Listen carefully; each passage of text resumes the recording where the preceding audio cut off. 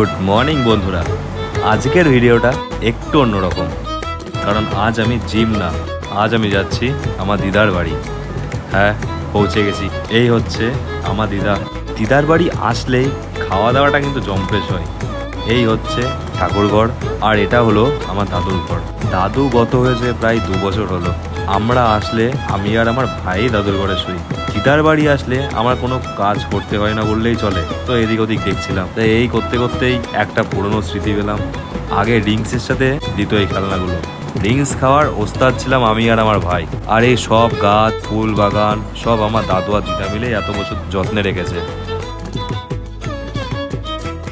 ব্যায়াম শেখাতে যেত, সেখান থেকে প্রচুর সম্বর্ধনা পেত। মা বলে আমার ছেলে হাতে পুজো করে। আর আমি তো দাদি একটাই মাথা ছিল।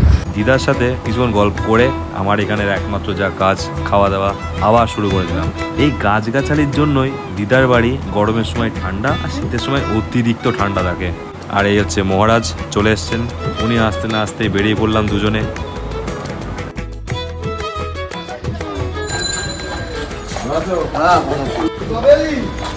আজকে এটা হচ্ছে ডেইলি লাইফ হয়ে যাচ্ছে। অ্যাকচুয়ালি আমি করি ফিটনেস কন্টেন্ট। না, ফিটনেস কন্টেন্ট এখন ঠিকঠাক করতে পারছি না, এখন জিম করতে পারছি না ঠিক। কন্টেন্ট করলে বলবেন করে দাও। এটা আমার দিদার বাড়ির কাছেই একটা গোপাল মন্দির, যেটা আমি এই 21 বছরে প্রথমবার ঢুকলাম। আগে শুধু বাইরে দিয়ে দেখতাম। ওখান থেকে বেরিয়ে চলে আসলাম মামার বাড়ি। মামার বাড়িতে এখনো সেই পুরনো যুগের কুয়ো আছে। আগে সব এখান থেকেই নিজের কাজ মেটাতো। নর্মাল ট্যাপ কলের জলের থেকে এর জল অনেকটা রিফ্রেশিং। সারা বছর যেসব জিনিস আমি করি না, সেসব এখানে এসে আমি করি। আমার ছোট্ট ভাগ্নিকে টাটা করে আবার ভাইয়ের পিছনে লাগতে লাগতে দিদার বাড়ি চলে গেলাম। ওই যে বললাম, যা যা সারা বছর করি না তা এখানে এসে করি। দিদা বলছিল ঘাস কাটার লোকটা অনেক দিন হলো আসছে না, তাই আমিই ঘাস কাটার লোক হয়ে গেলাম। ছোটবেলা থেকে আমি আর ভাই একসাথেই স্নান করতাম, এখনও তাই করছি। অতিরিক্ত উঠো বাড়ার কারণে আমার পায়ে একটু যন্ত্রণা শুরু হয়ে গেছিলো আবার। আসলে লিগামেন্টে চোট হয়েছে আমার। ছোটবেলায় একটা বোকা বোকা চিন্তা মাথায় আসতো আমার, যে ওই গাছের পিছনে ওটা কি কলকাতা? কারণ আশপাশে সব জায়গায় গ্রাম, কুড়ে ঘর, কি জানি কি বোকা চিন্তা আসতো। এটা আমার দিদার বাড়ির পাশেই সুতির শাড়ি তৈরির মেশিন। তোমরা অনেকেই হয়তো এগুলো দেখোনি। তো চলো, সময় প্রায় হয়ে গেছে। এই জায়গাটা আমার শান্তির জায়গা। এখানটায় আসলে মাইন্ড পুরো ব্ল্যাঙ্ক হয়ে যায়, ভালো লাগে আমার।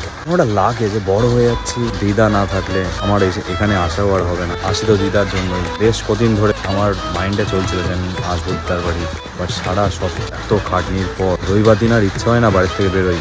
টায়ার্ড লাগে, মনে হয় সারাদিন ঘুমাই। আসলাম, এক আলাদা শান্তি পেলাম। আর নতুন কিছু তৈরি করলাম তোমাদের জন্য আর নিজের জন্য। এখন ভালো লাগছে বেশ। আর দিদার মুখটাও দেখলাম অনেকদিন বাদে, ভাইরে দেখলাম, ভালো লাগছে বেশ। দিদাকে টাটা করে বেরিয়ে পড়লাম বাড়ির দিকে। মনটা একটু খারাপ লাগছিল এই আসার সময়। ট্রেনটা এত কাছ থেকে যাচ্ছিল, ভয় পেয়ে গেছিলাম কেউ কোনটা টেনে নিতে পারতো। তো বন্ধুরা, ভিডিওটা আজ এখানেই শেষ করছি।